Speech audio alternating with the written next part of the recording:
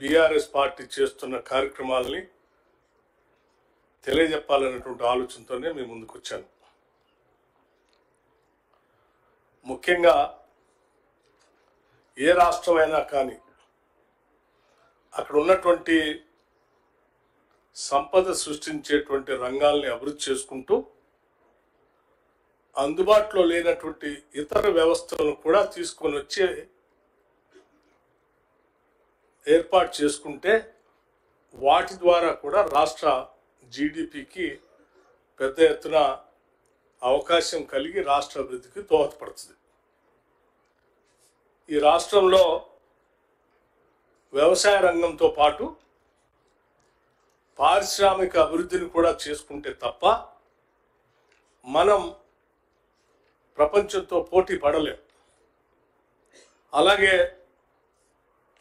కోరి కొట్లాడి తెచ్చుకున్నది కూడా ఈ రాష్ట్రంలో ఉన్నటువంటి యువతీ యువకులకి ఉద్యోగ అవకాశాలు పెద్ద ఎత్తున కల్పించుకోవటం కోసం. ఇటు ప్రభుత్వంలో ఉన్నటువంటి ఉద్యోగ అవకాశాలని నిరుద్యోగ యువతీ యువకులకి అందిస్తూనే ప్రైవేటు పరంగా కూడా పరిశ్రమలు పెద్ద ఎత్తున తీసుకొని వచ్చి రాష్ట్ర అభివృద్ధికి దోహదపడుతూ నిరుద్యోగ యువతీ యువకులకి ఉద్యోగ అవకాశాలు కూడా కల్పించడం అనేదే ప్రధాన లక్ష్యంగా ముందుకు పోతే ఈ రాష్ట్రం మనం అనుకున్న కలలు నెరవేరుతాయని ప్రగాఢంగా ఇందిరమ్మ ప్రభుత్వం ప్రజాప్రభుత్వం నమ్ముతా ఉంది. దాంట్లో భాగంగానే మీ అందరికీ తెలిసిందే, హైదరాబాద్ పరిసర ప్రాంతాల్లోనే కాకుండా వివిధ రూరల్ ఏరియాస్లో కూడా అభివృద్ధిని విస్తరింప చేయాలనేటువంటి ఆలోచనతోనే కొడంగల్ శాసనసభ నియోజకవర్గంలో ఉన్నటువంటి వికారాబాద్ జిల్లాలో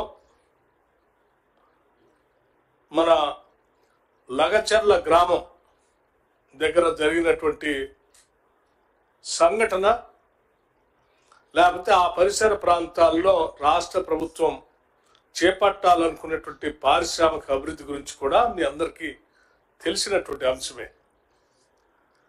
ఈ ప్రభుత్వం ఏర్పడిన దగ్గర నుంచి రాష్ట్ర ముఖ్యమంత్రిగా ఉన్నటువంటి రేవంత్ రెడ్డి గారు బాగా వెనుకబడి ఉన్నటువంటి కొడంగల్ శాసనసభ నియోజకవర్గంలో కూడా పారిశ్రామిక అభివృద్ధి కోసం ఇండస్ట్రియల్ పార్క్స్ని ఏర్పాటు చేసి తద్వారా ఆ పరిసర ప్రాంతాల్లో కూడా ఉపాధి ఉద్యోగ అవకాశాలతో పాటు రాష్ట్ర అభివృద్ధి కోసం ఒక డీటెయిల్డ్ ప్రోగ్రాంతో ముందుకు పోతా ఉన్నారు.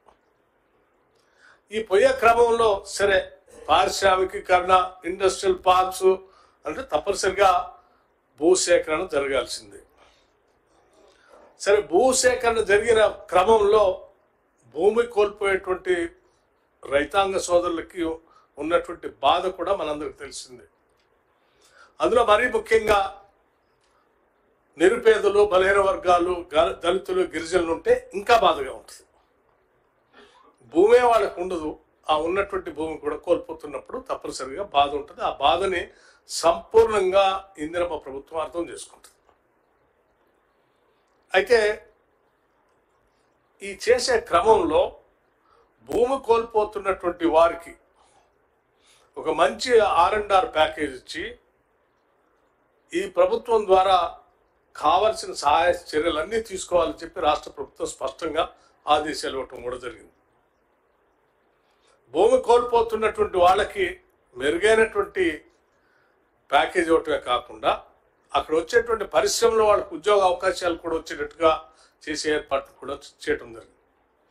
అప్పటి వరకు కూడా ఖాళీగా ఉండకుండా ఆయా కుటుంబాలకు సంబంధించిన నిరుద్యోగ యువతీ యువకులు ఎవరైనా ఉంటే వాళ్ళందరికీ ప్రత్యేకంగా తర్ఫీదు ఇచ్చి ప్రత్యేక పరిశ్రమల్లో ఉద్యోగ అవకాశాలు కల్పించడం కోసం కూడా చర్యలు తీసుకోవడం కూడా జరిగింది. ఆల్రెడీ ఆ ప్రాసెస్ కూడా జరుగుతుంది. గతంలో ఎప్పుడు లేనట్టుగా R&R ప్యాకేజ్ స్పష్టంగా ఉన్నతమైనది, ఒక మంచిదిగా బాగా లబ్ధి చేరేటట్టుగా ఆలోచన చేసి ఇస్తున్నటువంటి ఈ క్రమంలో కావాలని టీఆర్ఎస్ అంటే alias BRS party, BRS alias TRS కావాలని ఒక జిల్లా కలెక్టర్ పైన లేకపోతే అక్కడ ఉన్నటువంటి ఆర్డీఓ క్యాడర్ అధికారి పైన ఇంకా ఇతర అధికారుల పైన ఒక కుట్రపూరితంగా ప్రణాళికాబద్ధంగా ప్రజాభిప్రాయ సేకరణ జరిగేటువంటి క్రమంలో ఒక ముందుగా వేసుకున్నటువంటి ప్లాన్ ప్రకారం మీరు కొద్దిమంది అరాచక శక్తులను అక్కడ పెట్టి వాళ్ళని అమాయకులైనటువంటి గిరిజనులను రెచ్చగొట్టి తద్వారా వాళ్ళు దాడి చేసేటట్టు ప్రక్రియను మీరు సృష్టించి ఈ ప్రభుత్వం ఏదో తప్పు చేస్తున్నట్టుగా ఒక భ్రమలు కల్పించడం కోసం చేసే ప్రక్రియ తీవ్రంగా ఖండిస్తూ ఉన్నాను.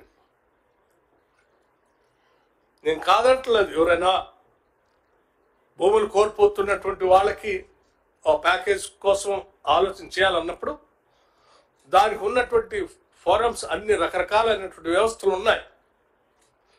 కలెక్టర్ కలిసి రిప్రజెంటేషన్ ఇవ్వచ్చు, లేకపోతే తిరిగి చర్చల ద్వారా మాట్లాడుకోవచ్చు, లేకపోతే ఇతరత్ర కోర్టులకు పోవచ్చు. అనేక వ్యవస్థలు అందుబాటులో ఉన్నప్పుడు వాటన్నిటిని వాడుకోవటానికి ఏమైనా నిషేధం ఉన్నప్పుడు లేకపోతే ప్రభుత్వం వాటికి సహకరించినప్పుడు నేను ఈ రకమైనటువంటి ఉద్రిక్త వాతావరణం సృష్టించి కుట్రపూరితంగా దాడులు చేపించే కార్యక్రమం చేస్తే సరే ఒక ఆలోచన చేయవచ్చు. కానీ అత్యంత ప్రజాస్వామ్యయుతంగా స్వేచ్ఛగా భావ వ్యక్తీకరణ చేయటమే కాదు, ఎక్కడికి ఎవరైనా వచ్చి రిప్రజెంట్ చేయొచ్చు సమస్య పైనని స్పష్టంగా ప్రభుత్వం తలుపులు తెరిచి కూర్చున్నప్పుడు కావాలని మీరు ఈ రకంగా అమాయకులైన పేద గిరిజన కుటుంబాలకు సంబంధించినటువంటి వాళ్ళు రెచ్చగొట్టేటట్టుగా చేసి ఒక జిల్లా స్థాయి అధికారి పైన ఒక మ్యాజిస్ట్రేట్ పైన మీరు దాడి చేపించడం అంటే మీ ఉద్దేశం ఏంటి? అంటే ఈ రాష్ట్రంలో పరిశ్రమలు రావద్దు, అభివృద్ధి జరగొద్దు, నిరుద్యోగ యువకులకి మీ హయాంలో ఎవరికి ఉద్యోగాలు ఇవ్వకుండా ఏ రకంగా అయితే నష్టపెట్టారో ఆ రకంగానే నష్టపెట్టాలి అనేటువంటి ఒక దుర్మార్గపు ఆలోచనతో ముందుకు పోవటం అనేది బాధ్యత కలిగినటువంటి ప్రతిపక్షంగా ఇది సరైనది కాదని నేను చాలా స్పష్టంగా చెప్పదలుచుకున్నాను.